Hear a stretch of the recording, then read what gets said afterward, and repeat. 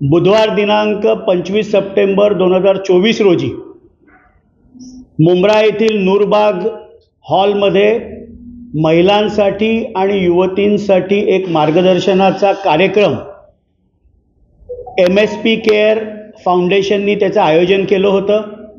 त्या कार्यक्रमाला प्रमुख पाहुण्या म्हणून संसद रत्न खासदार सौ सुप्रियाताई सुळे येणार होत्या। त्या कार्यक्रमाला नव्हत्या आल्या, पण व्हिडिओ कॉन्फरन्सिंग थ्रू त्यांनी त्या कार्यक्रमाला संबोधित केलं। अभिनेत्री स्वरा भास्कर ह्या त्या कार्यक्रमाला आले होत्या आणि माजी मंत्री डॉक्टर जितेंद्र आव्हाड साहेब यांच्या सुविज्ञ पत्नी सौ ऋताताई जितेंद्र आव्हाड ह्या त्या कार्यक्रमाला प्रमुख मार्गदर्शक म्हणून होत्या।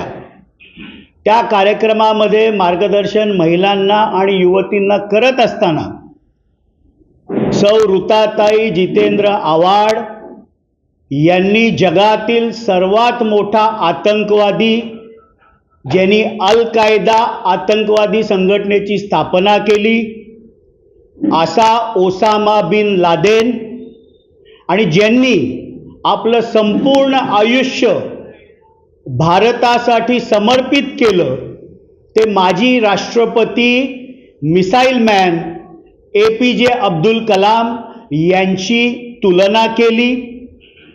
ओसामा बिन लादेन हा परिस्थितीने, समाजाने आतंकवादी झाला अशा प्रकारचे आकलेचे तारे त्यांनी तोडले।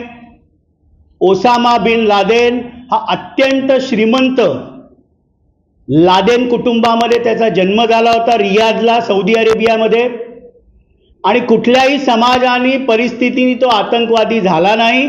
आतंकवाद हा जिहाद त्यांनी संपूर्ण जगभरामध्ये आतंकवादी कृत्य केले।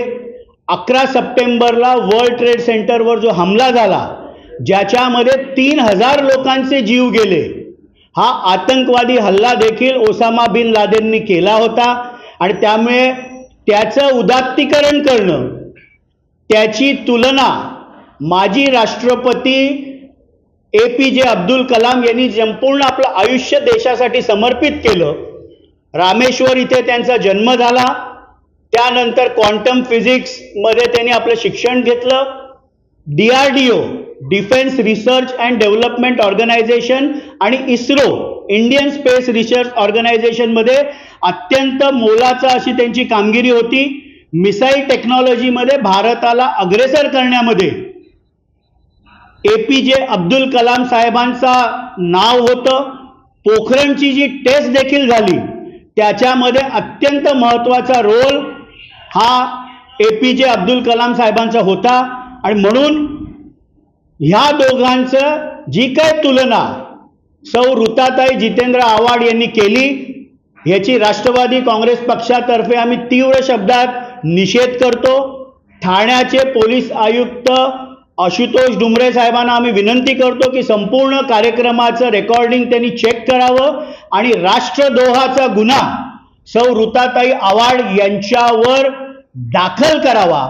भारतासारख्या देशामध्ये ओसामा बिन लादेनचं उदात्तीकरण, त्याचं उदाहरण येणाऱ्या पिढीसमोर देणं हा राष्ट्रद्रोह आहे आणि म्हणून राष्ट्रद्रोहाची तक्रार किंवा गुन्हा त्यांच्या विरुद्ध ठाणे पोलिसांनी केला पाहिजे, ही राष्ट्रवादी काँग्रेस पक्षाची स्पष्ट भूमिका आहे। आणि म्हणून मी ठाण्याचे पोलीस आयुक्त यांना पत्र देखील लिहिणार आहे की संपूर्ण प्रोग्रामचं फुटेज चेक करून त्यांच्यावर राष्ट्रद्रोहाचाच गुन्हा दाखल झाला पाहिजे, कारण ओसामा बिन लादेनचं उदात्तीकरण कुठल्याही परिस्थितीमध्ये भारतामध्ये होऊ शकत नाही। ज्यांचं राजकारणच हिंदू मुस्लिम हिंदू मुस्लिम हिंदू मुस्लिम करण्यामध्ये गेलं, कायम त्यांनी आपली राजकीय पोळी धर्माच्या नावावरच भाजली, त्यांना दुसरं काही सुचणार नाही। विकासाच्या मुद्द्यांवर ते बोलणार नाहीत, कळवा मुंब्र्यातील समस्यांवर ते बोलणार नाहीत, पण हिंदू मुस्लिम करत राहणं तरच आपलं राजकारण यशस्वी होऊ शकतं हे त्यांना माहिती आहे। म्हणून वारंवार ते धर्माच्या नावाचंच राजकारण करत असतात। आणि माझा तर पुढे जाऊन माननीय संसद रत्न खासदार सुप्रियाताई सुळेंना प्रश्न आहे की आपण त्या मंचावर जर असतात तर आपल्याला ही तुलना पटली असती का? याचं उत्तर राष्ट्रवादी काँग्रेस पार्टी शरदचंद्र पवार गटाच्या नेत्या संसदरत्न सुप्रियाताई सुळे यांनी दिलं पाहिजे. कारण मुख्य अतिथी म्हणून त्यांचंच नाव तिथे घोषित केलं होतं. 100% आपण युवती ज्या या भारताचं भविष्य आहे, स्त्री शक्ती ज्याचा आपण आदराने ज्याला नमन करतो, त्यांच्या समोर APJ अब्दुल कलाम साहेबांचं उदाहरण द्यायला पाहिजे का ओसामा बिन लादेनचं द्यायला पाहिजे? म्हणजे राजकारणासाठी आपण किती खालती घसरणार आहोत?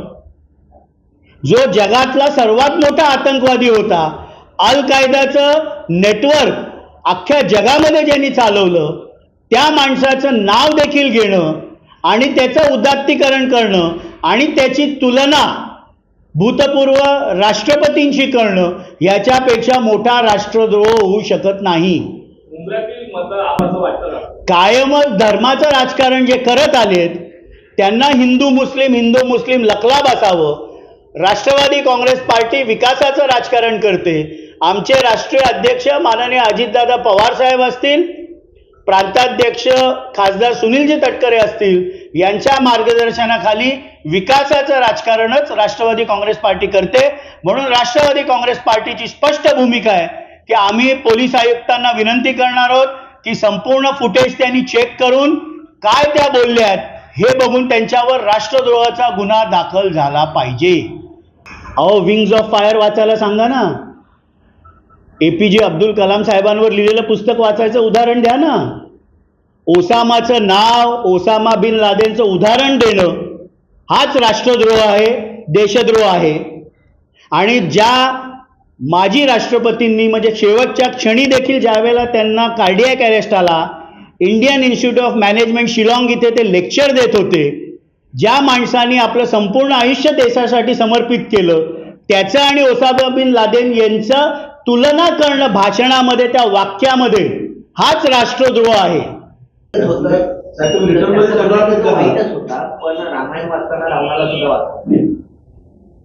पण रावणाची पूजा कोण करत नाही ना, रामाचीच पूजा होते. नाही, मी आजच पत्र देतोय पोलीस आयुक्तांना की संपूर्ण फुटेज चेक करावं आणि राष्ट्रद्रोहाची कलम लावून त्यांच्यावर गुन्हा दाखल झाला पाहिजे. कुठल्याही परिस्थितीमध्ये ओसामा बिन लादेनचं उदात्तीकरण किंवा त्याचं एक्झाम्पल, समोर बसलेले ऑडियन्स हे महिला आणि युवती होत्या, युवती जे भारताचं पुढचं भविष्य आहे, त्यांच्यासमोर अशा प्रकारचं उदाहरण देणं, त्यांनी सांगायला पाहिजे होतं की विंग्स ऑन फायर वाचा. APJ अब्दुल कलाम यांच्या आयुष्यावर लिहिलेलं पुस्तक वाचा, विंग्स ऑन फायर.